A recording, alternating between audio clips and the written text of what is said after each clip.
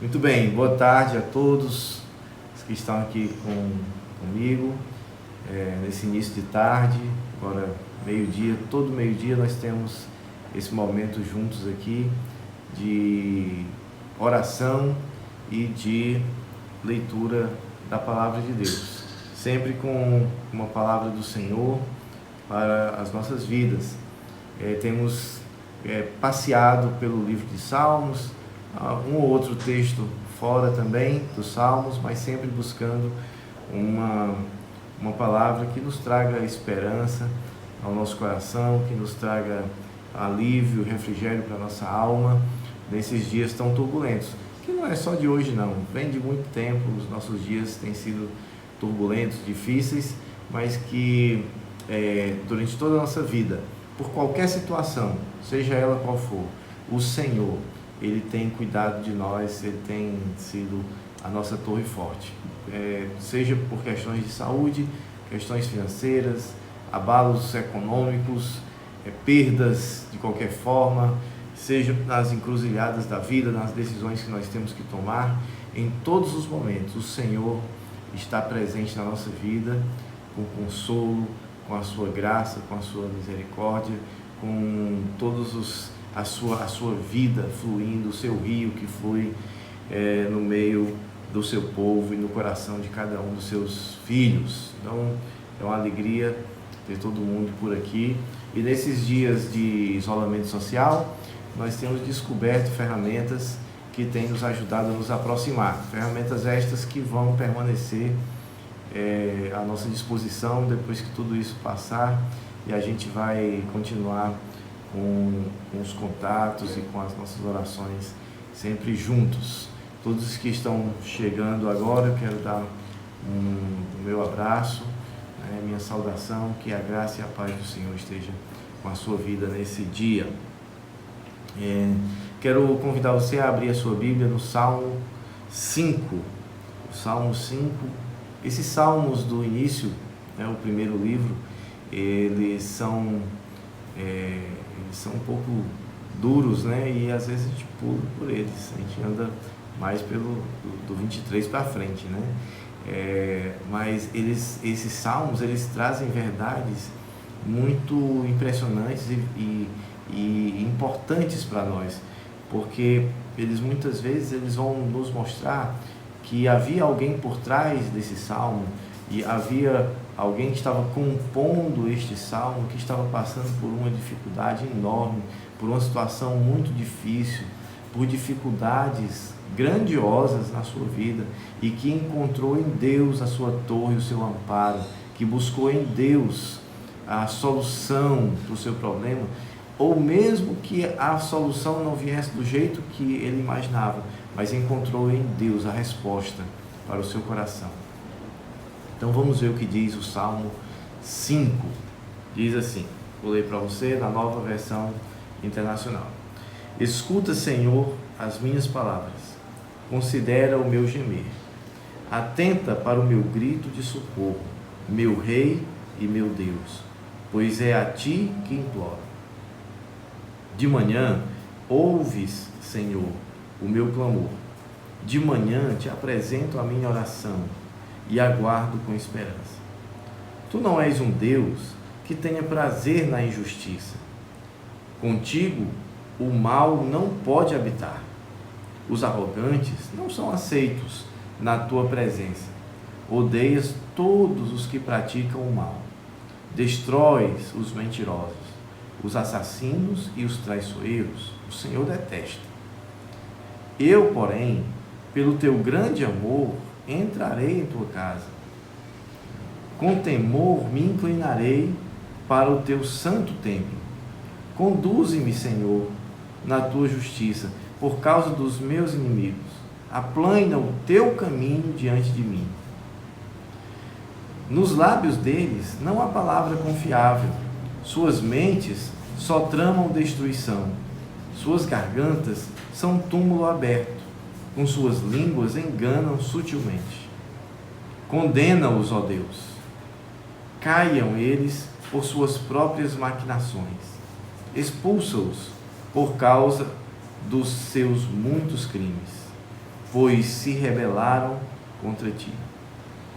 Alegrem-se, porém, todos os que se refugiam em ti. Cantem sempre de alegria.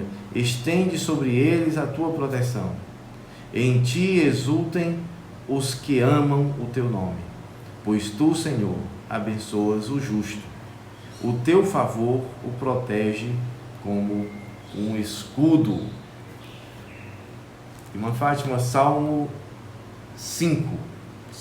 Salmo de número 5. Essa é a passagem que nós estamos lendo. Quem chegou agora também já fica sabendo. Acompanhe com a gente. Nós vamos ver várias passagens desse salmo que vão nos orientar nessa manhã, nesse começo de tarde. Primeiro, ele diz no início: o Senhor, escuta as minhas palavras e o meu gemer. Veja bem, ele está pedindo, ele não está declarando simplesmente que Deus escuta, mas ele está clamando ao Senhor: Senhor, vem escutar. E ele pede que o Senhor escute duas coisas: as palavras e o gemido. Muito bem, aqui a gente já vai entender que tem momentos em que nós temos palavras, nós vamos falar palavras diante do Senhor, nós vamos colocar o nosso pedido, aquela oração que a gente tem, a mente está organizada, a gente consegue fazer um pedido diante de Deus com palavras organizadas, né? Planejadas até. Então você faz sua oração: Senhor, eu quero te pedir por isso, por aquilo, estou precisando disso, o Senhor conhece a minha necessidade, e vai falando diante do Senhor. Esse é o mais comum, é o que nós mais fazemos. Mas existem momentos em que a gravidade é maior, a dor é maior, a dificuldade está grande, e aí a gente não tem nem palavras. Talvez você já tenha passado por uma situação assim, em que você não tem o que pedir, você não consegue. Tem momentos em que são de perdas tão grandiosas na nossa vida que nós só temos choro, que nós só temos condição de gemer, como ele diz aqui no versículo 1. Escuta o meu gemido. Então, graças a Deus, o Senhor escuta o nosso gemido. Ele não escuta somente as nossas palavras, Ele conhece o nosso coração. Quantas vezes Ele nos responde antes de nós pedirmos? Ele quer que a gente peça, mas muitas vezes Ele já responde. Por quê?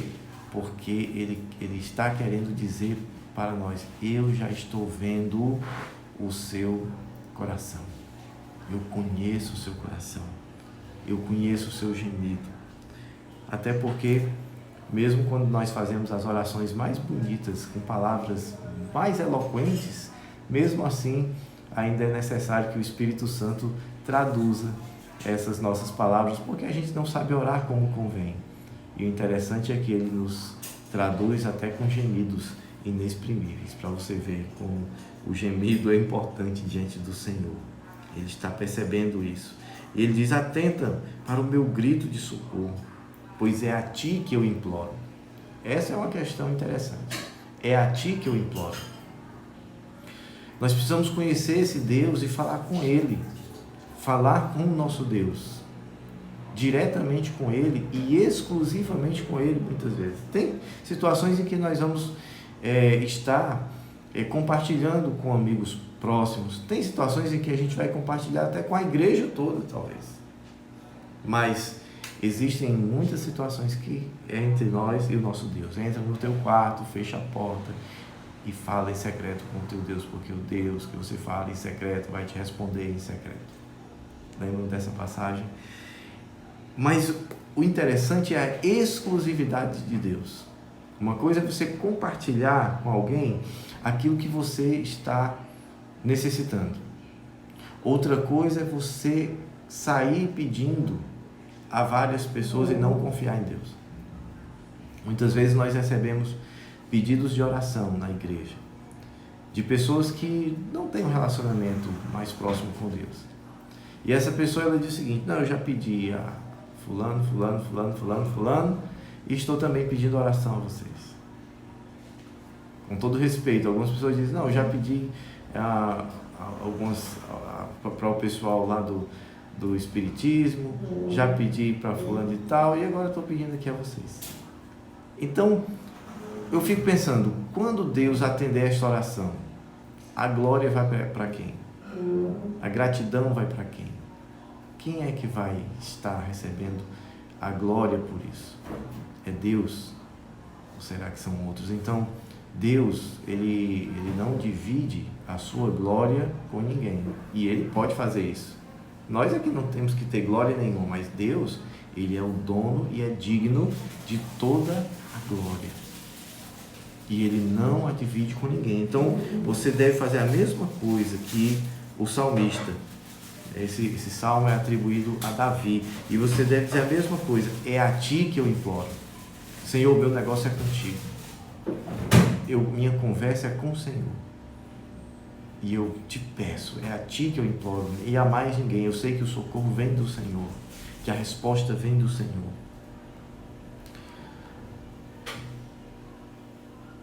O versículo 4 diz assim: Tu não és um Deus que tenha prazer na injustiça. E aí, o caminho aqui do texto bíblico, ele é interessante, porque ele vai dizer, bom, primeiramente, o Senhor não tem prazer na injustiça. Então, se o Senhor não tem prazer na injustiça, Ele tem prazer na justiça. Ele vai dizer que o Senhor ama os justos, que o Senhor abençoa os justos, mas que Ele detesta aqueles que praticam a mentira, os traiçoeiros, aqueles que andam em caminhos errados. E ele começa a bater forte em todo mundo que comete pecados. Então, o salmista começa a dizer o seguinte: olha, o Senhor é justo, e nele não há sombra de injustiça, não há nenhum traço de injustiça. Olha só que atributo importante de Deus. Você precisa, para conhecer esse Deus, você precisa saber disso. Ele é justo. E Ele odeia a injustiça. Ele gosta da justiça. Por isso que o Senhor, Ele tem uma atenção com todo aquele que é injustiçado. Seja nas mínimas coisas, talvez ali uma mentira que foi dita na escola, sejam as grandes injustiças da vida. O Senhor, Ele está atento a todos aqueles que sofrem injustiça nas suas casas, na sociedade. Ele não gosta disso, ele odeia a injustiça, ele detesta, e ele vai falar dos mentirosos, os assassinos, os traiçoeiros, né? E vai todo mundo para esse mesmo saco. Só que você precisa observar o versículo 7, porque depois do salmista bater forte em todo mundo, ele se coloca dentro também. Como que ele se coloca dentro? Porque ele diz assim, eu porém... Aí talvez quando a gente começa a ler aqui o eu porém, a gente se lembra assim, ixi, agora ele vai dizer o seguinte: eu porém não sou desses. Eu porém não sou daqueles que praticam a injustiça. Mas não é isso que ele vai dizer. Olha o que ele diz: eu porém, pelo teu grande amor, entrarei na tua casa. Por causa de quê que ele vai entrar na casa do Senhor? Por causa do amor de Deus, da graça de Deus. Então, aqui toda a arrogância cai por terra. Se existia alguma arrogância na vida de Davi, cai por terra. Porque ele vai dizer, olha, eu só entro na casa do Senhor, eu só entro na presença do Senhor. A diferença que existe em mim não sou eu. A diferença que existe em mim é o amor de Deus, é a graça de Deus sobre a minha vida. E que é tão difícil a gente entender a graça de Deus, porque é Deus nos dando aquilo que nós não merecemos, e nós não gostamos disso, na verdade, porque a graça de Deus nos coloca no nosso lugar. Ela nos mostra quem nós somos pobres, incapazes de adquirir alguma coisa de Deus, de ser merecedores, né? E alguém diz, puxa, o que eu fiz para merecer esse sofrimento? O que eu fiz para merecer essa situação? E o Senhor, talvez não, Ele diz na sua palavra, você não fez nada para merecer coisa boa, e fez tudo para merecer aquilo que não é bom. Mas pela graça de Deus, Ele nos dá aquilo que nós não merecemos. E pela sua misericórdia, Ele não nos dá aquilo que realmente nós merecemos. Isso é maravilhoso. A graça de Deus é maravilhosa. Então, ele diz que, Salmo 5, versículo 7, eu, porém, pelo teu grande amor, entrarei em tua casa. Por causa do amor de Deus, por causa da graça de Deus, temos comunhão com Ele, e com temor me inclinarei para o teu santo templo. Conduze-me, Senhor, na tua justiça. É o Senhor quem nos conduz na justiça. É o Senhor quem nos guarda de todo mal. É o Senhor quem nos guarda dos tropeços. É o Senhor quem nos fez morrer para o pecado e viver para Deus. Então, se o Senhor ama a justiça, e lá em Romanos nós vamos encontrar que não há um justo, nenhum sequer, citando o texto do Antigo Testamento, grande sinuca a gente se encontra, né? Porque o Senhor ama a justiça, odeia a injustiça, mas olhando para a humanidade, não há um justo sequer, não há quem busque a Deus, todos se extraviarem. Agora, qual é a solução? Que solução vamos ter para isso, né? A solução está mais na frente, quando Paulo relata em Romanos também, diz, justificados, pois, pela fé, tenhamos paz para com Deus, por meio de Cristo Jesus. Então, esse link entre Deus e o homem, que havia se desfeito, ele se refaz em Cristo Jesus, por meio da graça de Deus, por meio da fé que temos no nosso Senhor. Graças a Deus, né? E a gente vai então ali para o final do texto bíblico, para o final do Salmo, que ele diz no versículo 11, alegrem-se, porém, todos os que se refugiam em ti, cantem sempre de alegria, estende sobre eles a tua proteção, em ti exultem os que amam o teu nome. Muito bem. Por que nós devemos exultar no Senhor? Por que nós exultamos nele? Por que a gente deve se alegrar nele? Por conta dessa misericórdia, dessa graça. Agora, veja só, voltando aqui para o versículo 8, você vai entender uma razão de grande alegria que nós temos. Quando a gente vê aqui, no finalzinho, ele diz, aplana o teu caminho diante de mim.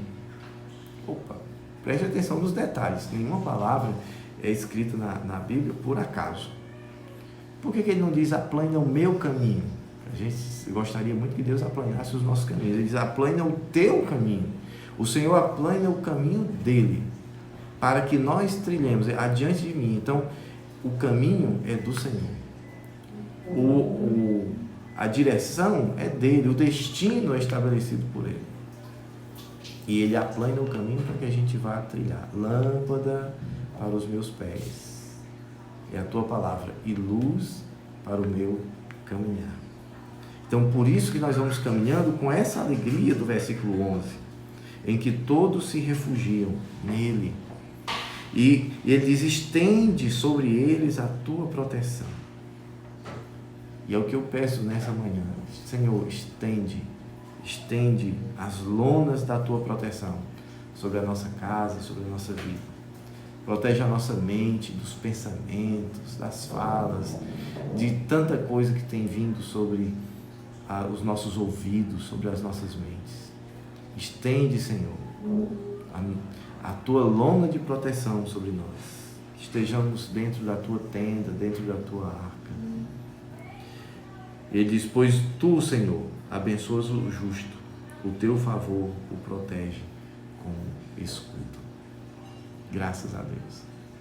Então, meu irmão, quero convidar você nessa tarde a pedir ao Senhor que venha sobre a sua vida, que venha lhe protegendo, como Ele protege os justos, mas não os justos em si mesmos, mas os justos porque são justificados em Cristo. Que Ele esteja sobre a sua vida, que Ele seja a tua proteção, que Ele seja o teu sustentáculo, o teu baluarte.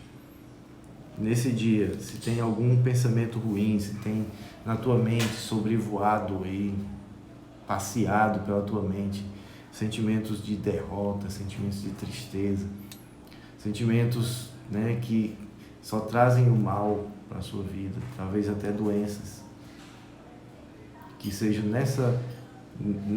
nesse dia e nessa palavra que você esteja firmado, porque o Senhor é bom e a sua misericórdia dura para todo sempre. Vamos orar? Senhor Jesus, nós nos reunimos aqui diante do Senhor e, como disse o salmista Davi, é a Ti que nós imploramos, é diante de Ti que nós nos colocamos, não é diante dos homens.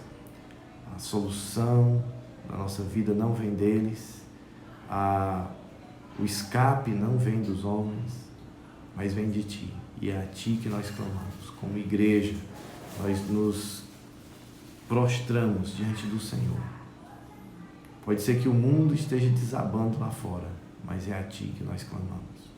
Pedimos e temos certeza de que o Senhor nos atende, nos ouve, sabendo também que o Senhor faz a sua própria vontade, porque o Senhor é soberano sobre todas as coisas.